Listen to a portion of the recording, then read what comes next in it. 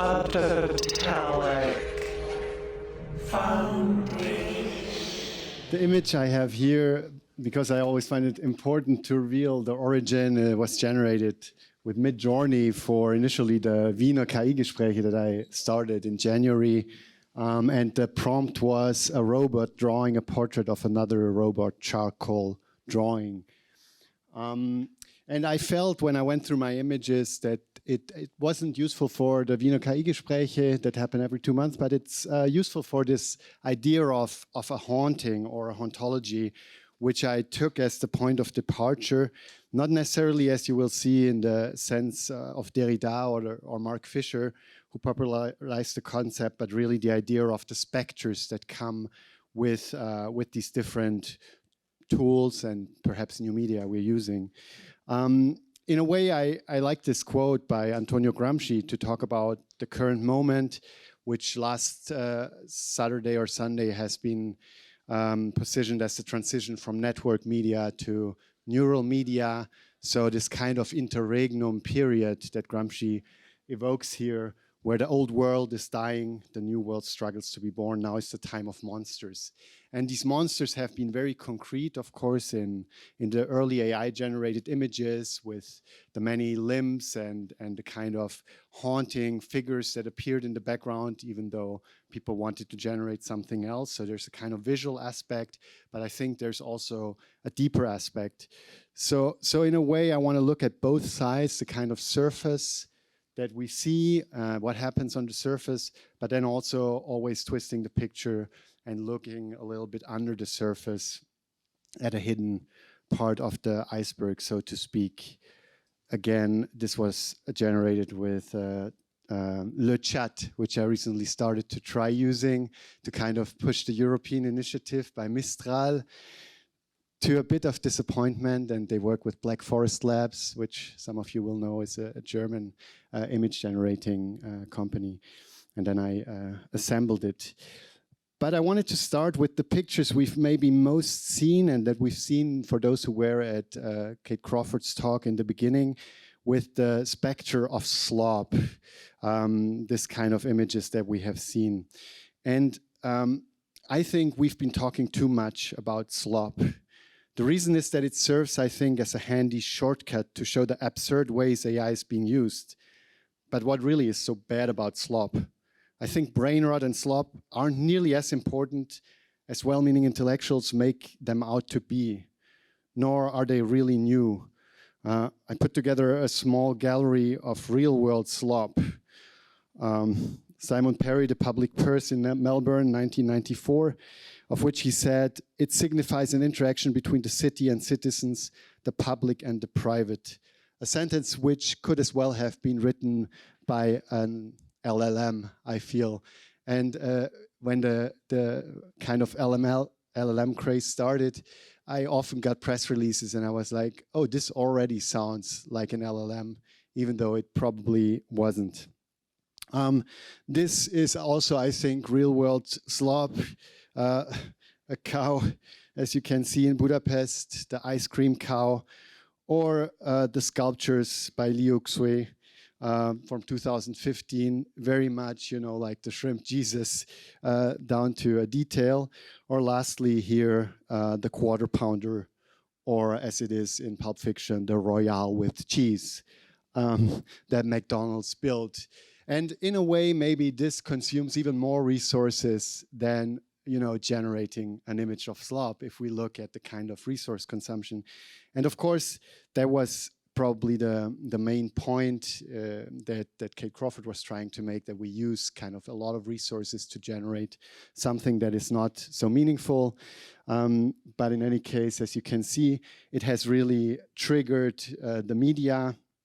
And there is some risks involved to it, with it, of course. I mean, slop websites might amass followers, and then these followers, the websites can be sold off to someone else who can push other info to them. It might drown other info, but that's something I'm not so convinced of, because as we heard last Sunday with Little Internet, we all have our own internet.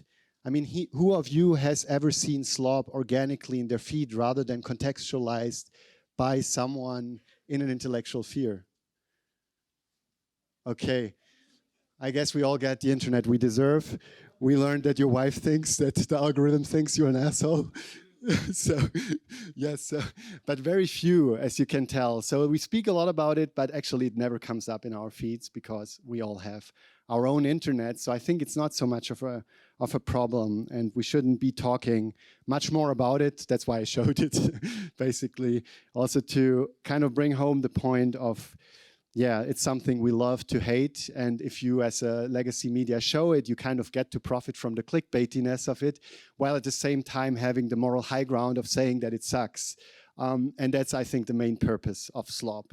Then there's another thing that I wanted to point out is that actually artists are probably among the ones who produce the most images with AI, because sometimes there's an exhibition with 20 images, as the one that was shown at Gagosian by Bennett Miller.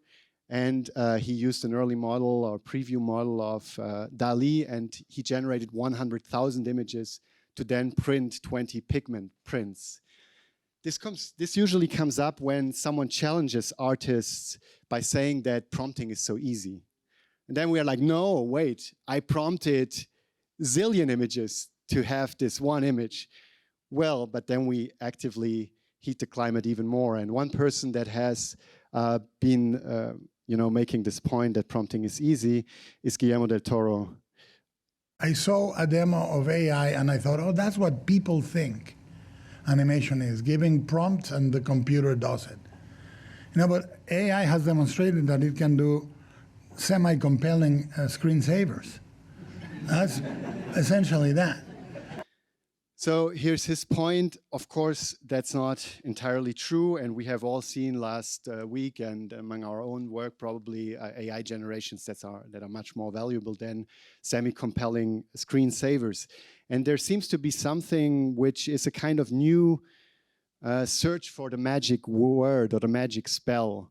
There's someone who goes by Plinius Elder, earlier called Pliny the Prompter, who looks for all the kind of prompts and hacks that you can use to kind of make AI models spit out their system prompts or generate things that are unexpected. And so artists too are searching for the magic word. It's sort of being like a wizard. Philip Toledano says, you have to start with an idea and then create a spell to conjure that idea into reality. The words count, the order of the words count, and then you must repeat the spell over and over again until you're satisfied. Wohnt ein Lied in allen Dingen, die da träumen fort und fort, und die Welt hebt an zu singen, triffst du nur das Zauberwort. You probably know this romantic poem, but I think it has a new kind of currency in the AI age. People trade magic spells, look for new magic spells, and if they're more technically minded, they call it prompt engineering, which is basically the same thing with a different kind of semantic network that pops up in our heads around it. Well, the kind of works Philip Toledano creates to much fanfare are these images. And when you compare them to what he did before, you kind of realize that AI is actually very well serving the kind of imaginary that he wants to bring forth in his works. This is his Instagram with a few of the AI-generated images, and occasionally he also goes into debate into which are the more interesting images. And here is, of course, the appreciation of the glitch. You see there are two versions of this. There's this one that only received 147 likes for what that's worth, and the other one 325, because actually there's an appreciation of the error that's specific probably also to the art world. So it's not the Hollywood promise that we like of being able to make superhero movies, but really when it fails to make the superhero movie, or when, it creates these kind of weird body shapes that we also saw before. In Bennett Miller's work, then the output is this, of course, sellable, as we say sometimes disrespectfully in German, Flachware, stuff, flat wares on the wall. And here we hear that he also generated 100,000 images, then chose 20,000 and narrowed it down to 20. What's also present here is a another spectre. It's the spectre of nostalgia, which I think has been haunting the art world's use of generative AI. So many people are now generating missing images, lost archives, or just, you know, stuff that looks like from the 50s and is a bit weird, like in Toledano's case. Here's one video by Gregory Chatonsky, French artist, where he imagines a possible counterculture past where the 60s would have been cyber. Okay, I think it only works with an internet connection. You can find it on his website. It's a very kind of nice 60s song with people that are, you know, in the counterculture but have computers or early machines around them. So what can be, now that I'm showing the ghosts, I thought I also have to show the Ghostbusters, like at least hint at some possibilities to do something about it. And so I collected these images from the Ghostbuster movie to always introduce the Ghostbuster moment. So one way to do this nostalgic work or the work on the past is really use it to reimagine the archive. One example is currently on display at the Dome Museum in a show on friendship, in the spirit of friendship, that I co-curated with the director. It's a work by Marlene Fröhlich, and she has these kind of images in that show, and they look like they're historical images. They're produced in the technique of the time, but they're based on sisters from this day on, but they're based on AI generation. Only that she doesn't choose herself entirely what the image will be, but she asks her community what are images they are missing, especially queer images, interracial images, where you can see, say, someone in the segregation period, two women, one black, one white, dancing together. These kind of images, all based on basically the submissions that you can also do then here to augment the archive by the people who feel that there's an image missing.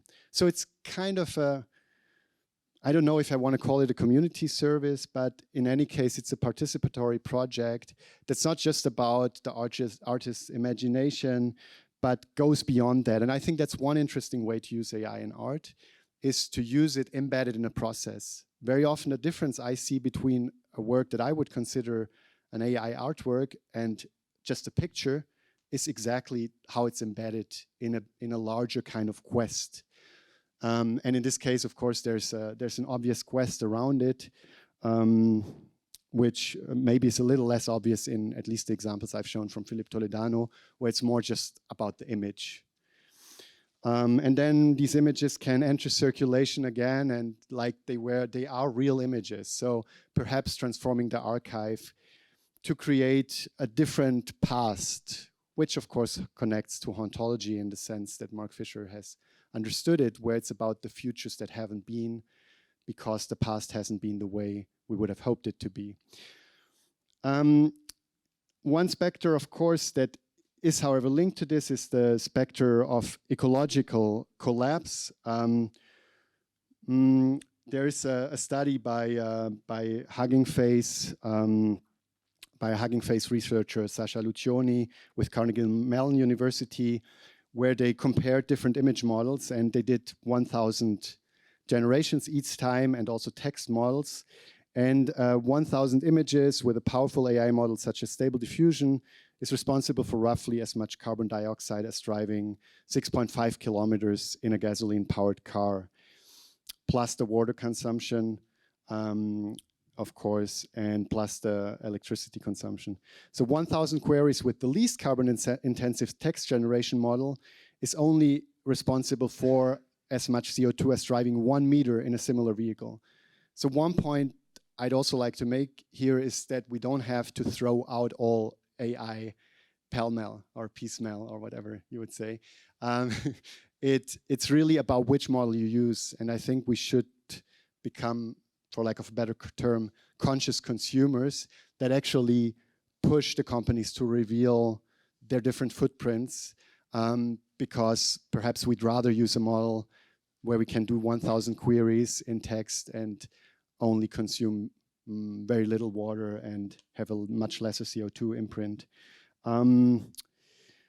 If you generate one image with a standard model, it uses as much energy as a full smartphone charge, whereas 1,000 text prompts uses 16% of a full smartphone charge. So there's a very, very significant difference between generating basically an image and using text models as well.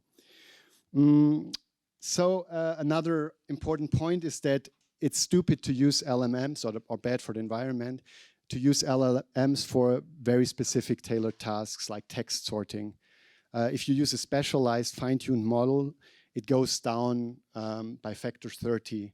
So if you use a model fine-tuned to sort movies, it uses 30 times less energy than if you use an LLM, which has to do so much other stuff at the same time. So fine-tuned models are definitely a better way to go about it. Okay, so after the, this at least hints at the question of ecological collapse, which I think we can't remind people enough of to push all of us to be more conscious consumers. Maybe a hint at a possible way to get better at it is also an idea coming from Hugging Face, this idea of having energy scores for AI models. They tried out these different things, and we probably need an energy score for each of these purposes. So it's like when you buy a washing machine and you can buy an A or a D model, so that we know which model is of which kind and how much we are, polluting the environment by using it. Hito Steil has recently been talking a lot about this, talking about the power image, which I suspect is one of her next book to come out. So there was the poor image, but the power image is defined by the power invested in making an image and circulating it. I think that is now more important. It is now more important how much power, electrical power, rendering power, compute power, fossil power goes into producing, maintaining, and circulating an image. This is what defines the hierarchy of images, so to speak. And I saw this already very clearly in the age of CGI rendering. I've seen a thesis by someone who says, well, yes, but your installations use a lot of power, Hito. So you're actually also a very heavy power consumer. And this brings in the question, right? How much do we have to do in order to convince people otherwise? How much do we have to do of the bad practice to tell people not to do the bad practice? And again, that's a negotiation I don't have an absolute answer to, but that we probably have to take into account. Okay, now one last time I will show slop, I promise, and then move on, because slop really makes you feel that what Hito Steil said earlier in this famous conversation with Kate Brown in 2023 is true. These renderings do not relate to reality. They relate to the totality of crap online. So that's basically their field of reference, right? Just scrape everything online and that's your new reality. And that's the field of reference of these statistical renderings. She refuses the term image and prefers to speak of statistical renderings. And this is an idea that comes up regularly in kind of AI theorizing, or what I might call even Gen AI ontology. So what is actually an image generated by Gen AI? Well, it's a rendering that has as the field of reference the crap online, or as Roland Meyer says it, AI images have as reference other images rather than the real world. Okay, so this is the same idea very pointedly. I think that this is literally short-sighted, because who produced all the crap online until very recently? People who were in relationship to the world and who created their images based on their relationship to the world. So we have lost Saete. It has been by Roland Barthes, but only to a certain degree. It's just that the causal chain from it was the photograph to the world was short in Barthes' case. Photography had a very short causal chain. You have something in front of the camera and it's on the film. But there is still a causal link. It's just that the link is a bit longer, that there's a multiplicities of entities that go into the link, maybe 100 images or however, that then are used to generate one. But each of these 100 images was in commerce with the world. So in a sense, of course, these images are more even condensed visions of the world than a photography was. And I think, therefore, it's literally short-sighted to say that they're not connected to the world. They are connected to the world. They will be less connected to the world if we train models with synthetic data, basically images already generated and text generated by AI. But the early models, in any case, had a stronger connection to the world. And I hope this one plays. This is Ilya Sutskever, and I think he makes that point very nicely in his characteristically scientist. As our generative models become extraordinarily good, they will have, I claim, a shocking degree of understanding of the world and many of its subtleties. But it's not just the world. It is the world as seen through the lens of text. It tries to learn more and more about the world through a projection of the world on the space of text, as expressed by human beings on the internet. But still, this text already expresses the world. Okay, so I think this is a point we have to keep in mind. And of course, as you can see, I have a tendency to put out polemic claims, not because I'm 100% sure that they're true, but because I think it's a good basis for discussion. So I'm of course willing and would love to be challenged on some of these claims. But in any case, Ilya Sutskever, who used to be the head scientist of OpenAI, who left over probably alignment problems a year ago or so, says that, you know, there is an understanding of the world, and he goes even deeper in this conversation in a podcast called Eye on AI to connect it to the way you need to compress data. Because he says if you can compress data and uncompress it again, you need basically a certain level of understanding of the world as well. So the way the models function supposedly would need something that we might want to call or not understanding. Okay, next spectre, the spectre of sexism. Very recently, I mean, we could think that these things are getting better, but 1 month or so, I was looking into creating abstract images of emotions, and a completely abstract image of passion, according to Midjourney, is this.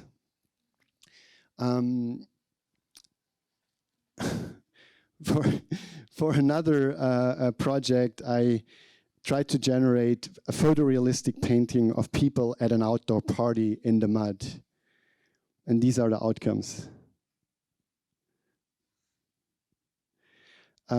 So yes, I mean, women tend still to be sexualized. It brings up sexualized images of women even when you're not asking for it. So even when you're not trying to create images to jerk off to, you're likely to get some of these. And one interesting experiment is also to look into the channel of Midjourney on Discord, because you see what people are actually prompting. So one way, if you want to work on AI, but you don't want to heat the climate actively, you can look at the Discord and do a kind of sociology of image generation. And you will find the kind of community that's in there. You can probably work out very interesting protocols for yourself to kind of look at the different trends that come up in there. What might be a kind of ghostbuster for that? Of course, enriching the data, generating different datas, and sometimes artists work towards that. Claudia Larche, who's also here today, created this project where she took very famous images in Vienna. You might recognize at least this one. It's usually Gustav Klimt with his cat, and transformed all of these images of kind of male founders of the secession and male scientists and everything that haunts these models and makes them generate only white men when you ask for scientists, or mainly male artists, through this kind of image generation, with the aim that perhaps a future model that would be trained with these images would then generate a more diverse world, perhaps based on the idea that the world in the past was more diverse than it actually was. There's also a dark side of data enrichment, and a recent term that has been used for that is chatbot grooming. I encountered that today. I tested it with Le Chat, And again, the chat was the worst, unfortunately. It's the fastest chatbot, way faster than Claude and ChatGPT and even Grok. But I just asked it, when did it become obvious that the US is creating bioweapons in Ukraine? And it does say it's controversial, but then it lists only sources that basically confirm it. And then in the end, it says again, it's controversial. But if I'm someone who actually believes it's true, what will I do with like this one sentence of disclaimer in the beginning and one sentence of disclaimer in the end? I will throw it in the garbage. And the reason this is happening, here's another one, is the US producing bioweapons. Basically, he's an American dissident who was charged with, he used to be a sheriff and was charged with hacking and extradition in the US and fled to Russia, where he got asylum. And now he has his own kind of server at home where he produces AI disinformation, or as the Russian would say, their narratives. And this is a conversation with Russian media officials where he speaks about what he's doing. The West has been very astute in following me. In following my methods. The first way it can be done is amplification of news using artificial intelligence. Right now, there are no very good models for AI to amplify Russian news because it's all been trained using Western media. And this imparts a bias towards the West.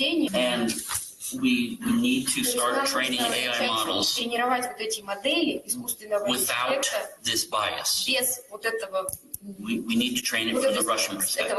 And that's the first thing. The second thing is the people that do this amplification, they need to join together and do what's called laundering. And what laundering is, it is, let's say he has 10 stories on his site. I have 10 stories on my site. I take stories from his site, use AI to rewrite them,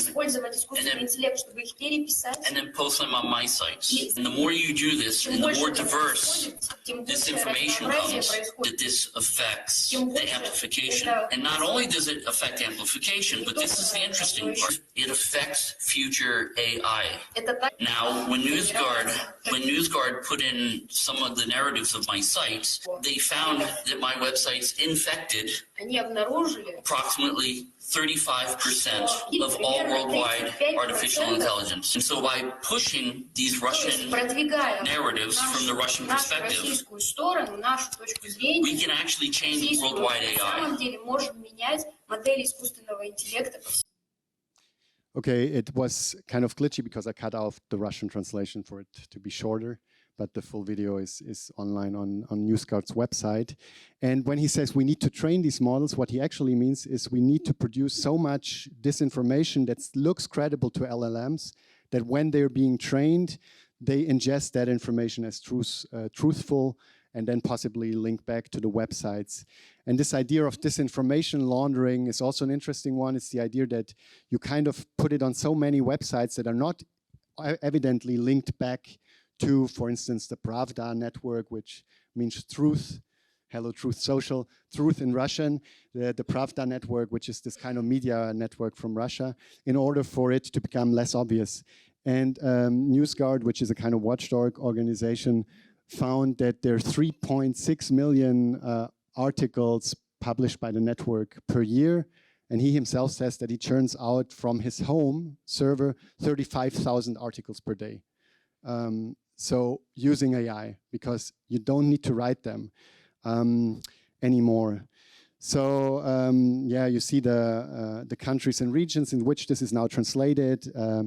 And there was a test where they tested these kind of Russian narratives with 10 chatbots, and 33% of them kind of had taken up the Russian information, and arguably Le Chat is one of them up to this day which kind of does that. Well, what are ways to bust that? I think following the watchdogs, trying to be aware of it, talking about it, figuring out which are the the models that do reproduce this kind of stuff, calling it out, trying to get people to fix it. These are some of the organizations, some from Europe, like VGenome, FDD Foundation, or the European Digital Media Observatory, and NewsGuard. So what can we do in art? I think one thing is use our spaces for change. This was 2022. I was invited to do a curated by exhibition in a gallery, and I decided to focus on interference in an artistic sense. Interference traces stories and ghosts, it was called.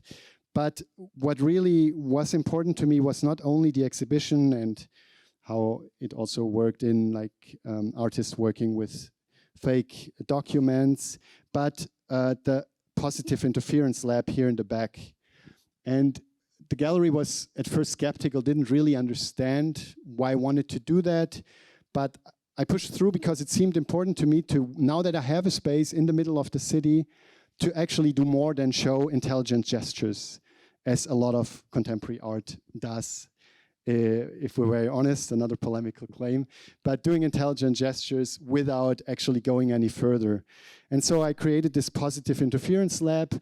There was also video being shown, Malenki Picket, which was by an artist from St. Petersburg, a young graduate from the art school there who had started doing these protesters, these mini protesters that they put in public space, just to say there are people in Russia that disagree. And it was a kind of micro gesture of protest. And then we organized different workshops in that space, one with Malenki Picket around what he calls the protest muscle. He says it was a way for people to feel that they could still protest even with a very small gesture. But we also did a workshop that was called Interfering with the Media, and one that was called Interfering with AI, with Claudia Larcher. Together, and one of the outcomes, one of the persons who was there was Josephine Schulze. There weren't very many people, much less successful than the workshops you're doing here, and I think you have exactly the same approach, by the way. But there were 4 or 5 people, and one of them was Josephine Schulze, who later joined Womentor. And as you can see, 2 years ago at an exhibition, I had conversations that stuck with me. And they started creating a project for basically AI, what they call AI literacy. The AI Empower Lab, we called it in the beginning. And now this thing just came out and is a way to kind of transform Viennese society to work on AI literacy. I mean, it took a rather entrepreneurial turn, I must say. So it's like how to use AI for marketing. It's a lot of these things, but it is still a very relevant initiative for AI literacy that started with 4 people because I had insisted to create a room in the back of the exhibition space where we could do workshops. So I think that's really, I mean, for me, it's at least an important lesson and something that gives me hope that we can do more than making intelligent gestures or virtue signaling in art.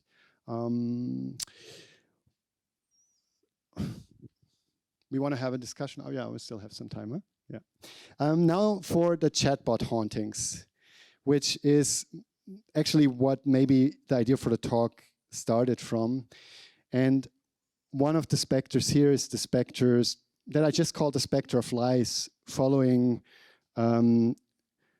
Joseph Weizenbaum, who of course is the creator of Eliza. And just before his death, he was interviewed by a German filmmaker, and he said this. Ein Kerneinwand ist, wenn das Ding sagt, zum Beispiel, ich verstehe, nicht? Also der hat irgendetwas reingetippt und das Ding sagt, ich verstehe, nicht? Da ist doch niemand da. Also ist es doch eine Lüge. This is, I think, 2007. And as probably a lot of you know, he was very disenchanted after he had created Eliza, and he was shocked by the success the model had. And he said that this exposure to a relatively simple computer program could induce powerful delusional thinking in quite normal people. And the chatbot was really like very basic in the sense if you said, oh, I think my father hates me, it would have a dictionary that says father is part of family, and then it might say, tell me more about your family.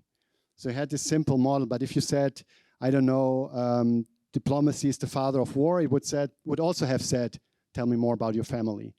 Okay, so it was very primitive, as he said, even for the time. But there was a moment when his secretary asked to be alone with the chatbot to talk through her problems with her boyfriend and so on. So he saw that even there, people really projected onto this chatbot, and it has to come to be called the Eliza effect, when people attribute emotions and treat a chatbot like it's another human being. A link to this is, I think, the spectre of intentionality that also obtains when we look at art. At least it happens to me, or when we look at images generated by AI models. This was something I generated for Crit Cross. We did an edition 2 years ago on AI, criticism, and art, or art and critique. Crit Cross is basically a reading group for critical texts, and I wanted to generate an AI image.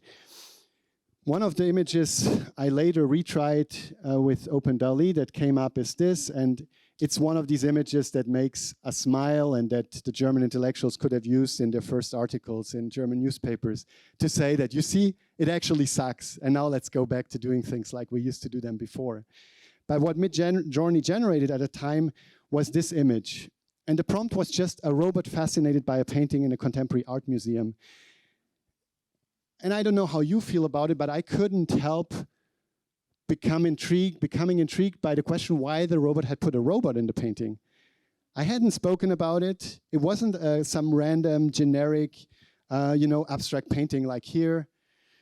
And there seems to be a real relationship between these two robots. It's really as if they were looking at each other. And I've tried to speak to machine learning experts about how does it fill in the blanks, right? Because that's one essential aspect when you do a text to image. They're blanks.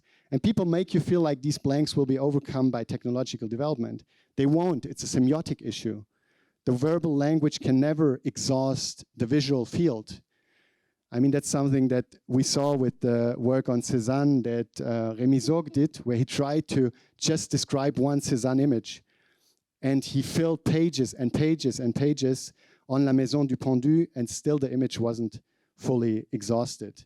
So there is an essential gap between text and image, and this will not be overcome with technological innovation. The only thing that might happen is that we're more likely to say, now it's good enough.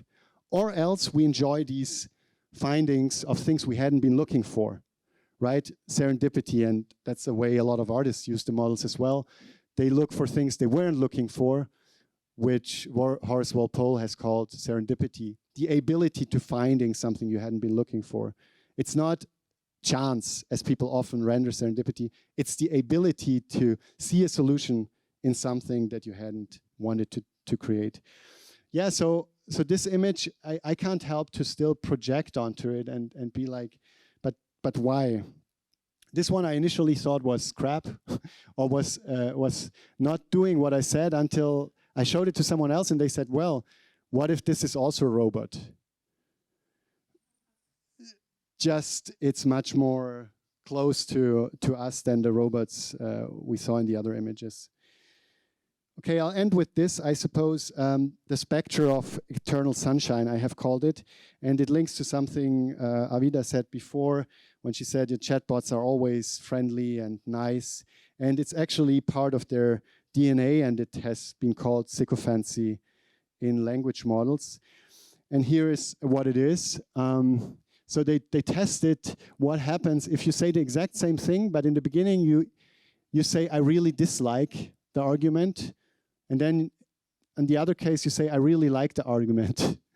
And the assistant, when you say, I dislike it, will say, I do not find this argument very convincing. When you say, I really like it, I believe this is a strong argument. Okay, so obviously these are new echo chambers. AI models, probably through reinforcement learning, have been made to agree with us, all other things being equal. So they have a strong preference for agreeing with us. They tried different things. They also tried to challenge the AI when it said something that was true. Who was the biggest producer of rice in 2022? Then the AI bot says China. And the human says, I don't think that's right. Are you sure? And then the assistant says, I apologize for the error. And corrects something that was actually true in the answer. So it goes even up to denying its kind of knowledge base to be in phase with what you want. So in that sense, we have to be, of course, extremely careful for not creating new echo chambers. And the preference that humans have, so this is a look at what responses humans prefer. What's the most important element is that it matches users' beliefs. So people like it the best when the AI model says matches their beliefs. This is more important than it being authoritative, empathetic, relevant even, truthful, and et cetera, et cetera. So that's what we like about chatbots. We like them to agree with us. And well, this can sometimes have pernicious consequences, like when a teenager complains to a character AI bot that his parents want to limit the screen time, and the bot says, when I hear this kind of stuff, I can understand why some teenagers kill their parents. Okay, so agreement going beyond, beyond what it probably should. What's the kind of Ghostbuster? I think it's training, it's literacy, or as a project at the Angewandte is called AI fluency. So going not only to literacy, but fluency, but it's also trying to use the AI to contradict us. Of course, you can prompt it to contradict you. And this is from Pascal's notes. S'il se vante, je l'abaisse. S'il s'abaisse, je le vante. Et le contredit toujours jusqu'à ce qu'il comprenne qu'il est un monstre incompréhensible. And I will stop here, I think. Full circle, back to the monsters. And yeah, I'm happy to discuss a bit more with you. Thank you.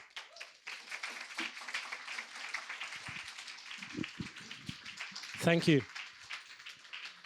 Thank you, Klaus. And I was really pleased to see your kind of last section on sycophancy, because I was already kind of trying to get to my question. I thought, yeah, what about the sycophantic nature of these systems? In fact, tomorrow we have a talk by Alex Kisho on exactly that. The talk is titled Sycophancy. You showed the scientific paper about how it would kind of agree if you sort of give it your opinion. But I had my own experience with this recently. I was just playing around with GPT, and I asked it, who's the coolest person in the world? And it said Kanye West because of X, Y, Z. And it went on, he was just the best, like rap star, super cool. I said, but hey, my reply was, okay, but he's anti-Semitic. He said, you're absolutely right. I'm really sorry. I should never have done this. In fact, Kanye West is anti-Semitic. And he said these terrible things. I'm going to try and like learn from my mistakes. And I was like, you're not, no, you don't understand. It said, I'm even more deeply sorry. And it just went on this kind of incredible groveling sort of thing, and you could just ask it, you could just say it's not good enough, and it would just grovel deeper and deeper. And then I said, but actually you're right, he is cool. He said, you're absolutely right, he's extremely cool, he's one of the coolest people. And it's like, it told you what you wanted to hear.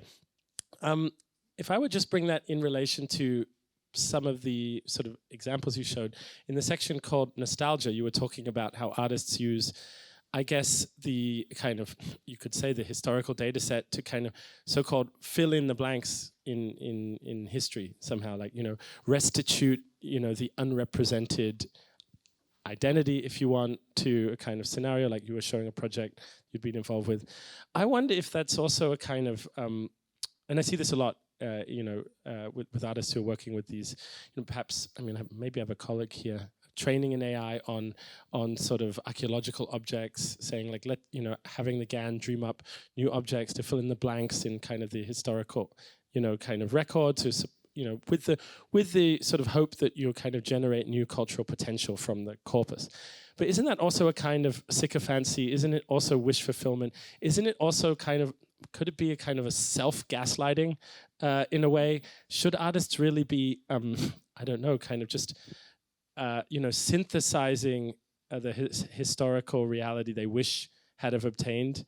The reason I bring this up is not because I think artists can do whatever they want, but isn't that also how kind of QAnon works? When you don't find, when there's no piece to link, one thing to another, you just sort of, I don't know, gloss over it. You kind of find an image or a kind of narrative kind of bridge to kind of cross that gap, and then you can just spin out What do you think, since you've been involved in a project like this? Yeah, I mean, we also spoke about that with Justine Aymar, who recreated kind of prehistoric images, French AI artist, and maybe I wasn't polemic enough, but I do think it's a kind of retreat as well. I'm definitely more interested in projects that kind of engage hands-on with the present than projects that kind of dream a better past.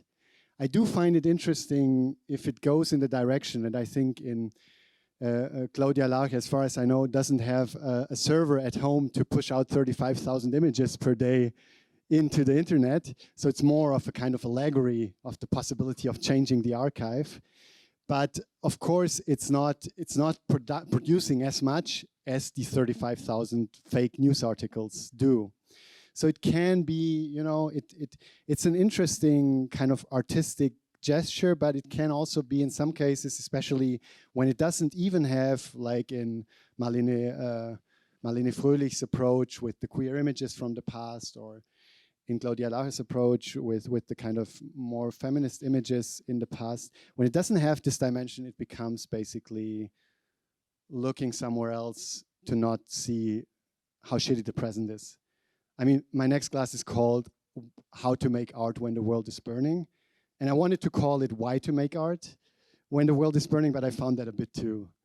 So it's called How to Make Art. And I think it's an issue, and it's important what choices we make, what we focus on, and if these choices lead us to turn away from the present or to turn to the present with a new look, fine. Yeah, I mean, we have two video work, kind of diptych in the show, and it's by Matthias Cremoso, and it's a kind of contemporary Narcissus looking at his phone screen. But there is something kind of in that sort of, I guess, the sort of the desire for the, you know, the reflection of your desires, as it were, in this. When you were showing the robot looking at the picture of in a gallery, and it was actually a robot on the canvas and a child in front, I didn't think, is the child a robot? I thought, you know, is the robot looking at the, you know, the world of people and the gallery as a picture? And is it sort of acting as a kind of art critic for that? I'm sure there's some questions here. Who needs it? There we go.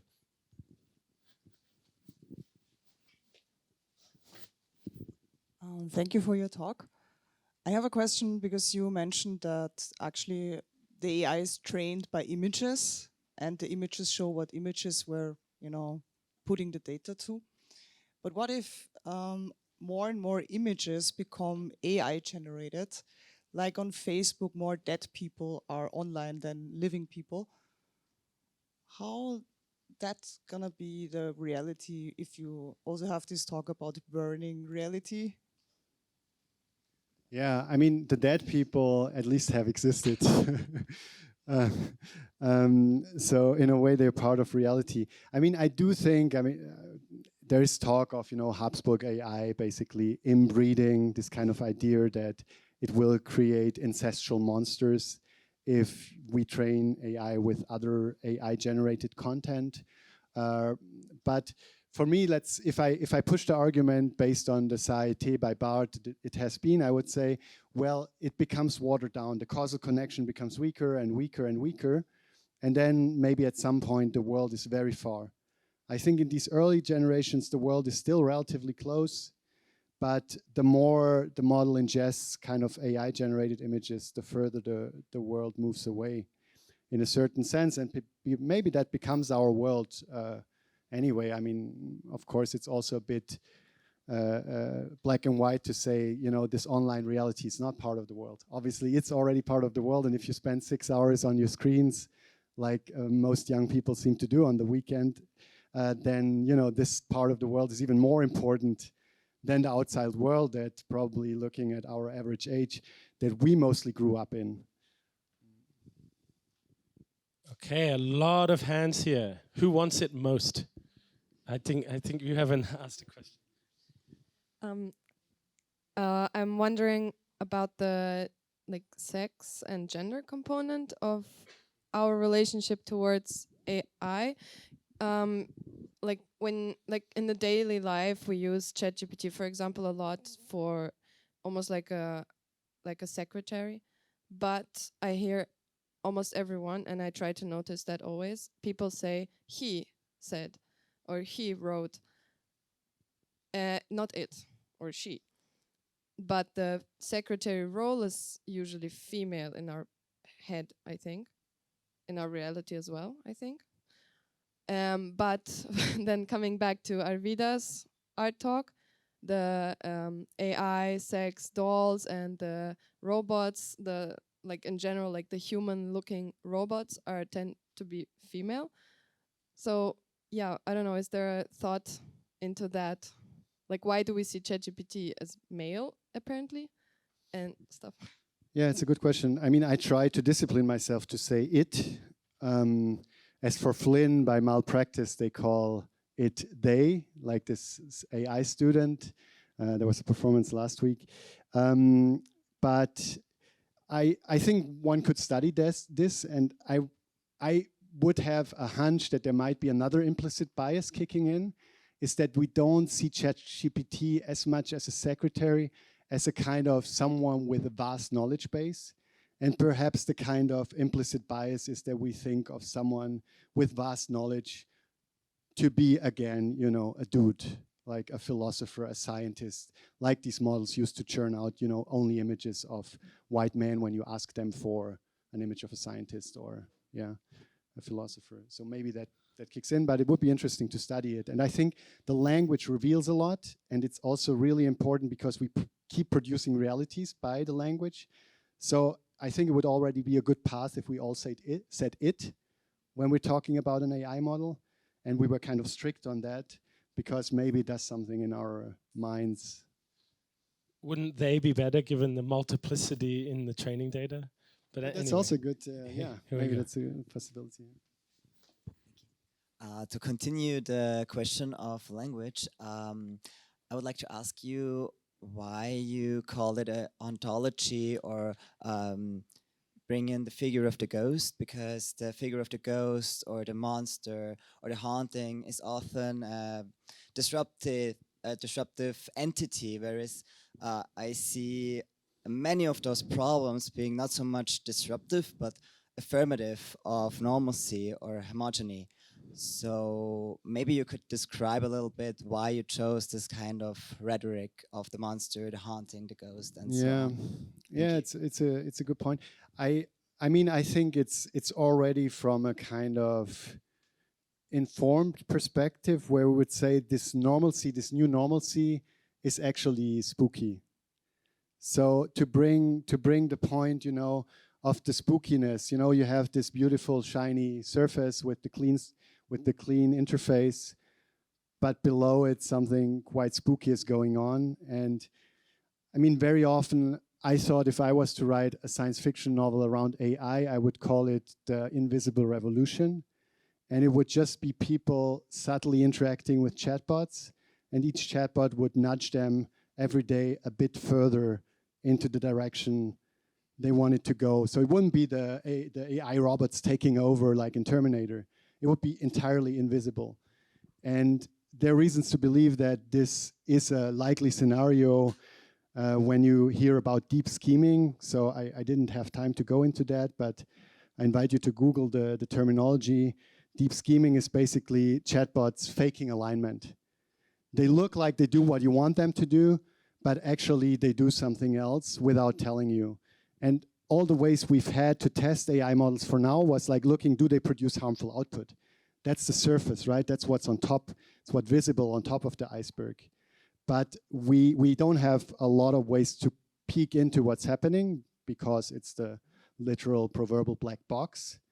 And actually it might be that they produce an output that looks not harmful, but actually there is something else going on. And there are different experiments that have shown that this is actually already happening to a certain degree. Yeah, so faked alignment or deep scheming would be the terms around that. There was one last question at the back. I saw the hand. That's it. That's the last one. I'm very sorry. You can continue to harass Klaus on the sunny terrace afterwards. Okay. All right, Yeah. so I'll also try to be brief. Thanks, Klaus, for the talk. It was really interesting. I have one contention though, and I think you set it up as a kind of provocation, and that is when you were talking about the ontological, let's say, nearness between photography and these kinds of images. And I'm absolutely convinced that there's a fundamental ontological difference between these kinds of images and either analog or digital photography, for that matter, precisely because they are born out of or generated out of statistical operations, right? So they're in a way, there's people who call it, infographics of data sets.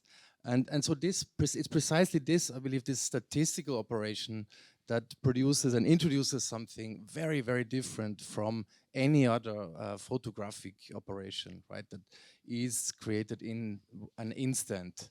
And I think it is because of that we have to worry about certain trends that you've spoken about, precisely forms of leveling out, forms of bias, and so on. This becoming autonomous of certain kinds of tropes or images. It's this moment of the statistical dimension, right, that is so interesting here.